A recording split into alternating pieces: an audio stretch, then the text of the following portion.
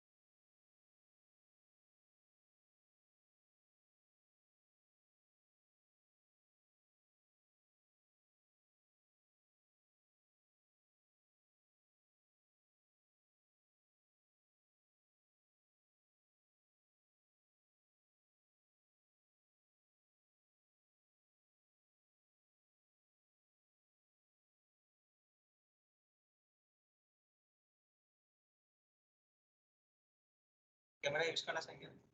No problem, मतलब मेरा face आपका फेस दिखना। ठीक है।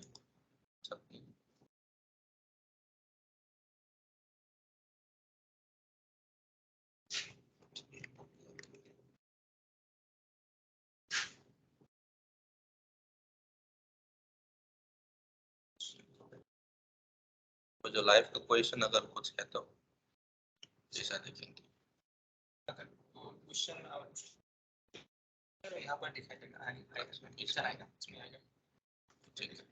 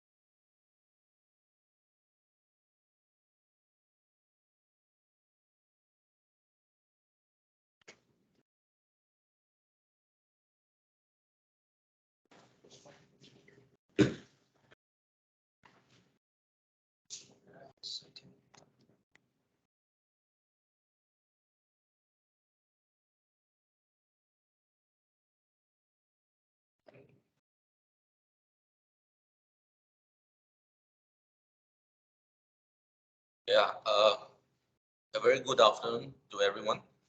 Uh, this is the course on ecology and society. By now, I'm sure you must be uh, attending the lectures, and then I also do hope that you have, to a large extent, familiarized yourself with those concepts. And particularly, this course, in a sense, focuses on the ecology of human societies, human environment relationship with reference to cultural ecology, and also the issues surrounding sustainable development. So in this course, what we have tried to look at is by selecting the works of anthropologists, and particularly the subfield of ecological anthropology, and try to engage with some of the issues surrounding the ecosystem. So it also tries to use the concepts of anthropology, including the concept of culture, which in a way tries to form as a dynamic system of land behavior. Now, as we all know, the various parts of society are interrelated, and it is not just human alone, but also the non-human species, which particularly tries to be part of this system.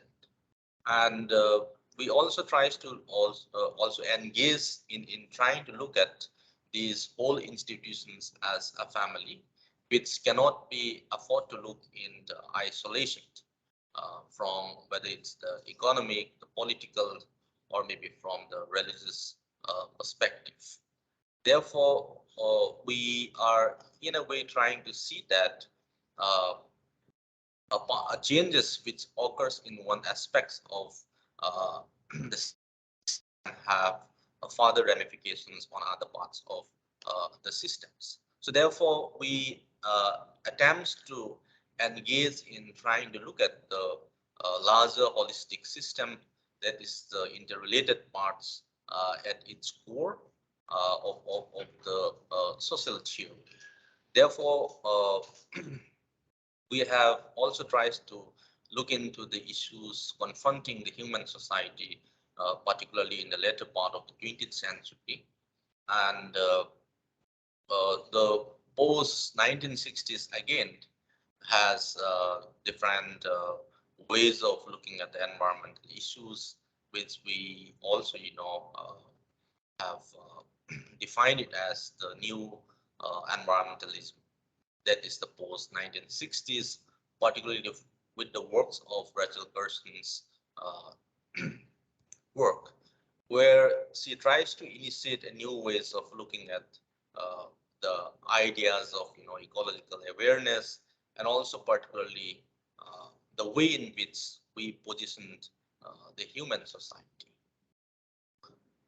So we also tries to differentiate between what ecology is all about and what the environment is. Normally, when these two concepts are being seen as synonymous to many, whereas it in some sense represents a different meaning. When we talk about ecology, it's particularly the relationship in trying to understand the relationship of the living organism to one another, and particularly to their physical environment. And it also refers to the kind of interrelationship which is being shared between the human beings, including flora and fauna, and with the elements of the natural elements. Whereas when we talk about environment, it usually refers to the surroundings or the context within which humans, animals, plants, and others interact. So often there is a questions which talks about that can we afford to see or try to uh, look at or locate human society in absence of this physical sense.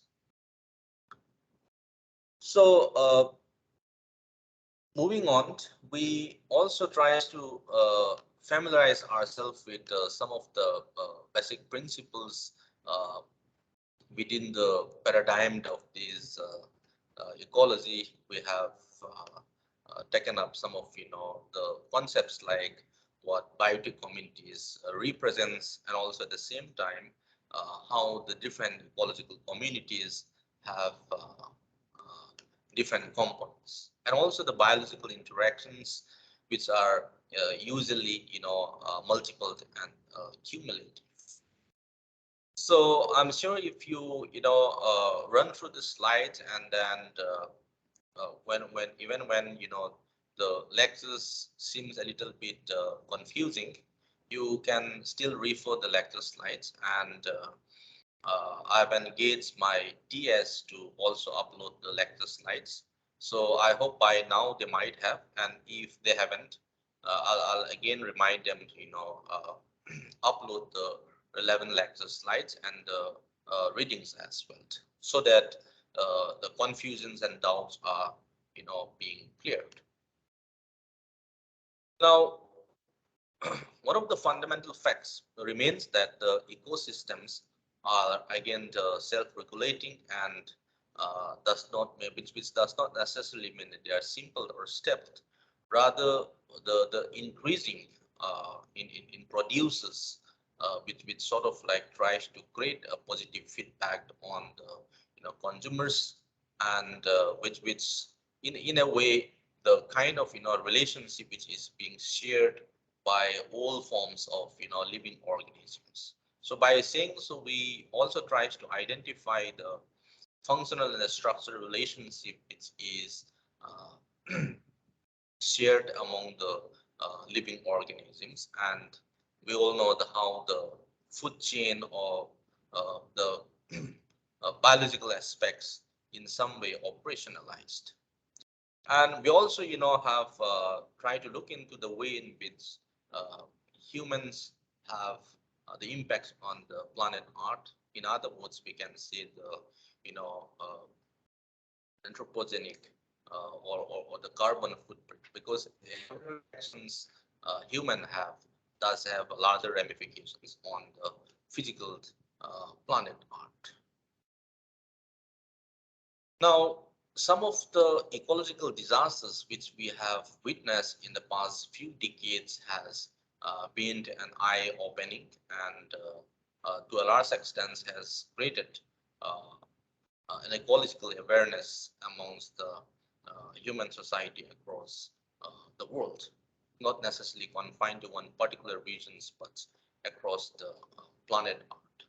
So some of these issues, for instance, the 1978 uh, Amoco Cadiz oil spill in Brittany, and then the 1979 Three Miles Island nuclear accident which occurs in Pennsylvania, and in our country, India, the 1984 Bhopal gas tragedy, have to a large extent has posed huge uh, you know questions with regards to how one has to situate all these disasters within the larger domain of uh, ecological sustainability. So we do have in the 1980s again the different issues such as the climate change, and then the ozone depletion, which to a large extent has the formations of countries, alliances, and then issues which is being discussed at different global forum, and that has eventually led to the definitions of what sustainability is, or sustainable development is. So therefore, one could see that in 1987, the World Commission on Environment and Development has tries to come up with definitions within the theme called Our Common Future. So as we had discussed, and one of the path-breaking of all these development is that in the year 1992, the Earth Summit was held, and where there are different agreements which are being signed by different countries. And the Rio Declaration is definitely one of them. So therefore, one could see that there is an increasing awareness, or there's a birth of new consciousness movements and groups, not necessarily confined to the government alone, but also different civil societies across the globe. And therefore, one could see that the very introductions of these sustainable development in a way is an eye opener, and which to a large extent has posed not just about our understanding, but also to a large extent uh, has been very much critical in terms of our notions of how we define and redefine culture, cultural ecology, so and so. So now we come to defining, because when we talk about culture, it is again not homogeneous in nature, and also when we talk about nature, it is not homogeneous, because nature is being perceived and understand differently across different cultural or different geographical locations. Or in other words, we can say that the ecological needs we occupy to a large extent has given us a different meaning and understanding of culture, and then we all know that, and I'm sure you would agree with me that culture in a way has become a way of life. And since the inceptions of human civilization, culture has been very much embedded in human society. So there are different, anthropologists who has given the meaning of culture, and I'm not going to detail all those at this point of time. Now, we can also see that human society has, adapted pretty well to nature, and then these adaptations to a large extent has been, looked into by different scholars in terms of the issues of sustainability, or it can be in terms of the cultural basis of conflict, and also how resources are being positioned in the context of a conflict. And then we all know that conflict arises in terms of the use of resources, and many of the ecological economics in that sense tries to point uh, their interest into these regards in terms of land use, land tenure, and the way in which how culture and nature are interrelated. We have also engaged upon trying to look at the different subsistence strategies across human society, because human society has passed on from the simple, that is the pre-industrial societies, particularly like grazing or maybe the horticultural or the pastoral society, and which in a way has moved on, and the way we relate ourselves to nature has also to a large extent shaped and decided by the advancements of science and technology. And the industrial society and post-industrial society is one such aspect of the way we relate to nature, because nature in the medieval period is perceived to be much more closer to human society, and humans are seen to be much more less stratified, and uh, human tends to be much closer to nature in the medieval period. But in the so-called modern society or in the industrial society, the appropriations of nature has, to a large extent, been witnessed, and then therefore the questions of sustainable development has become all the more important and relevant. So in this cultural ecological theory, what we try to do is look at the worldview, that is a framework within which the understanding of uh, our world, that is the worldview again has been differed and different across cultures and society, and our observations, our understanding, our material relationship. For instance, when we discuss about the socio-cultural or materialism, it tries to examine how society through the prism of socio-cultural materialism, that is the way in which some of the anthropologists tries to explain these issues. Now, we also have the different modes of production. That is, of course, technology was already there even in the pre-industrial society, but the manner in which we exploit or use these or enhance our appropriations of nature with the use of technology has also changed as human society has, move on from the simple to complex and, to a much more complex situations. So what we have also tries to, discuss so far is familiarize ourselves with the very notions of human ecology, its concepts and meaning, and what human ecology tries to look into. Human ecology, as I had already discussed, is nothing but an approach which seeks to study the human behavior, uh, how the human ecologists particularly think that humans should be studied, living systems operating in a complex environments. And second, the human ecologists also think that humans are, subject to very similar ecology and ecological and evolutionary processes as any other species.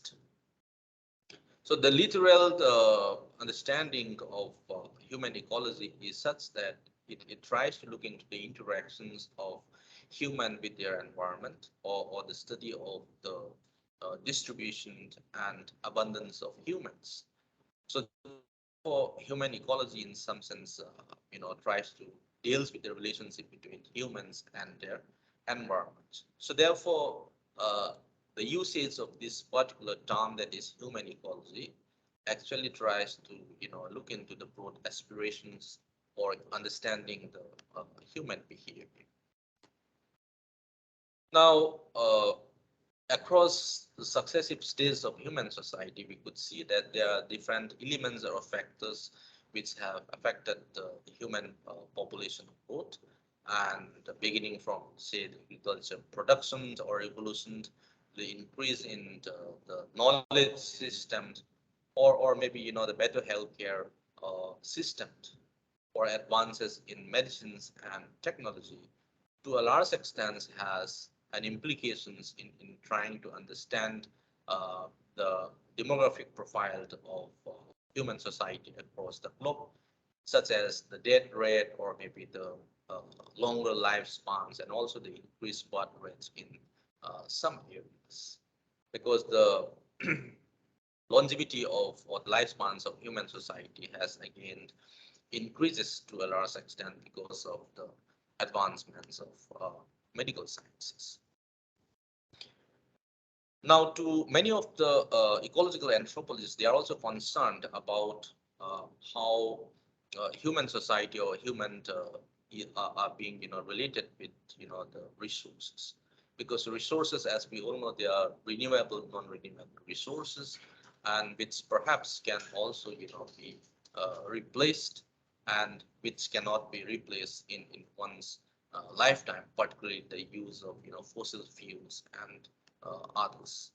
So therefore, the growth of human populations to a large extent has an implications with regards to the way in which we understand and treat the environment, because the human populations grows, we also take up, or exploit resources by consuming, or maybe produce more waste. And in other words, which I said, carbon footprints are, to a large extent seen.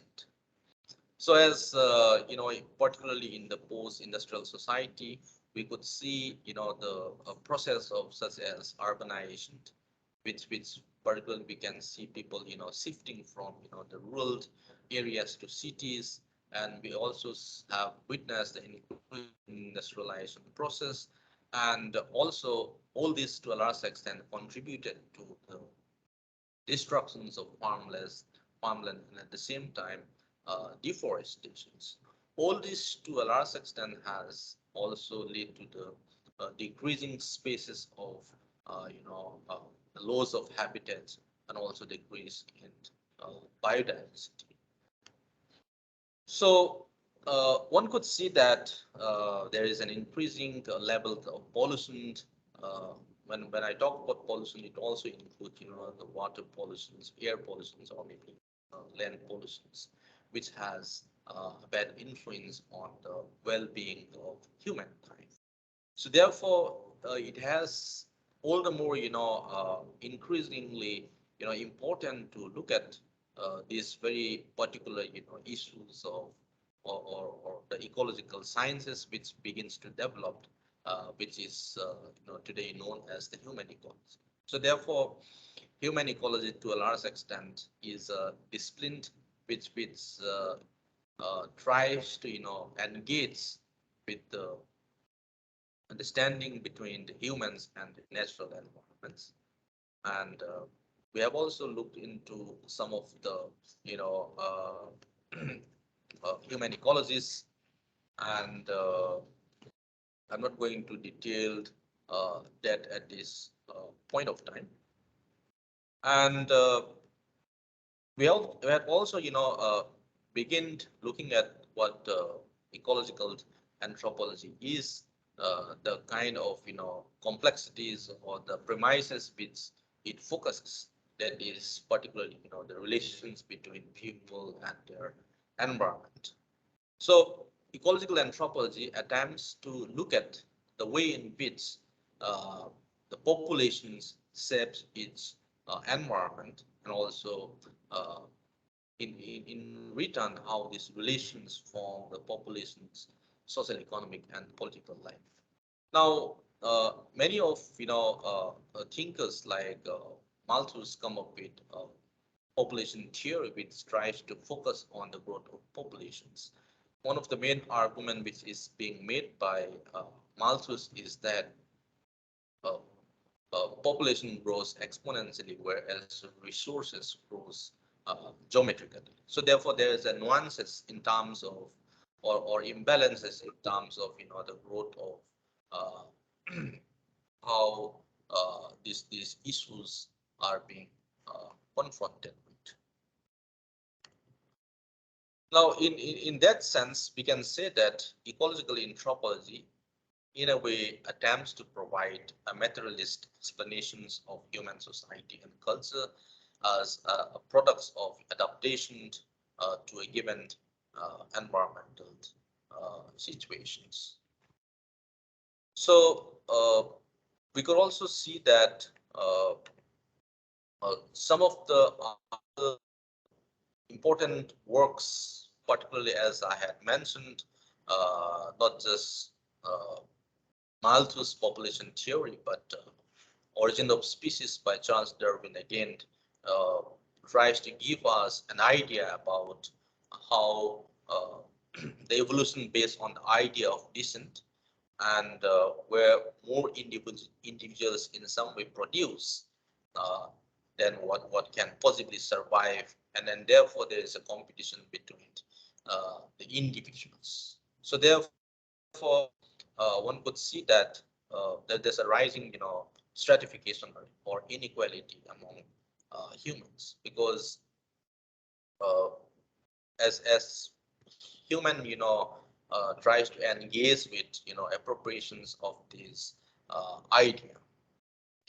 So with the increasing populations, many of these resources are being depleted, and therefore there's a questions of survival, which in a way becomes inevitable.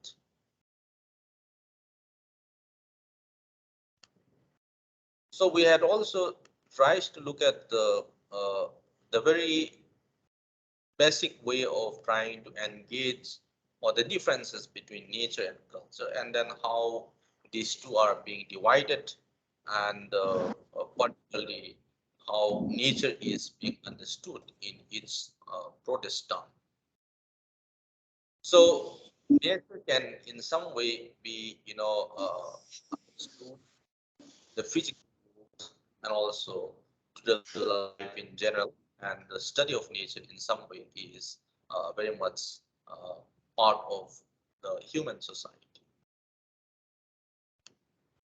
So situations arises where this nature and culture divide, and how there's a dichotomy between nature and culture. What are the nuances in which nature and culture is being witnessed? So nature and culture, has often been seen to be uh, uh, opposite ideas, and what nature thus cannot necessarily be, the result of human intervention, and on the other, cultural development is also, being achieved or considered to be against nature. So we have different anthropologists such as Levi Strauss and Sherry Ortner, who also tries to, situate or differentiate between nature and culture, where nature, is being often perceived to be much more representing a particular sections of society or gender, and in other words, where culture is being particularly associated with uh, one perspective of how it is being understood.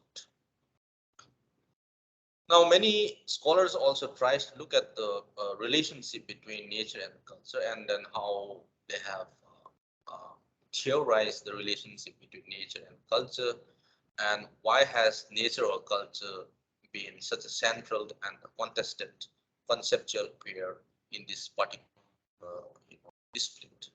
So the relationship between nature and culture, in other words, has been a contested theme, and due to the fact that whether the nature culture dichotomy is a given universal or a constructed reality. So we often assume that culture is something which is again man-made and which is constructed, or in other words we can say the very nature or the fundamentals of the constructions of reality. So we have also, engaged in the trying to familiarize ourselves with the very notions of how nature itself is seen as, a contested concept, because these very contestations is again revolves around particularly, three main important dimensions, that is the nature or essence of a thing, or nature as a material place, which is of the human, and nature as a universal law or reality that may or may not the humans. So based on the works of some scholars, particularly like Raymond Williams and then uh, Turner, we try to look into how this very concept of nature is being contested, and is being seen uh, as you know uh, which has given a different understanding of dimensions. So we have also look at the critique of culture and then the plurality of nature, where there's a dialectical or a dialectic between nature, which is something considered as a fact, and also nature as something which is imagined, and is how this seeming dichotomy is constantly shifting hold. So uh, in the upcoming lectures, we will be trying to look into further understand the very conceptions of natures and the contested domains and boundaries of cultures, and also the various paradigms which includes human environmental relations, such as the orientalistic or Orientalism, paternalism, and communalism. So what we do is try to again, have a live sessions at the in next, I mean, the coming weeks. So as I said, you can always, try to post your doubt, write a mail to us, and we will try to, respond and comply to your queries. And at the same time, we will definitely try to, look into some of the queries, particularly, sharing the lecture slides and the relevant readings. So I do hope to meet you all soon again, and please try to, uh, engage with the weekly assignments regularly, and because it is going to add up to the overall assessment in the final exams. So I look forward to meeting you all soon, and all the very best. So you can also, text me. I think maybe I can share my, phone number to the people who are, you know, running this particular course. And rather, I would appreciate if you could directly write a mail to me, which is available in the website. Thank you.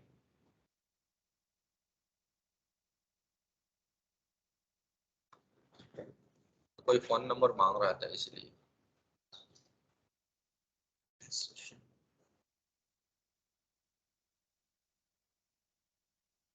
इसलिए मैं कुछ homework कर रहा था तो मैं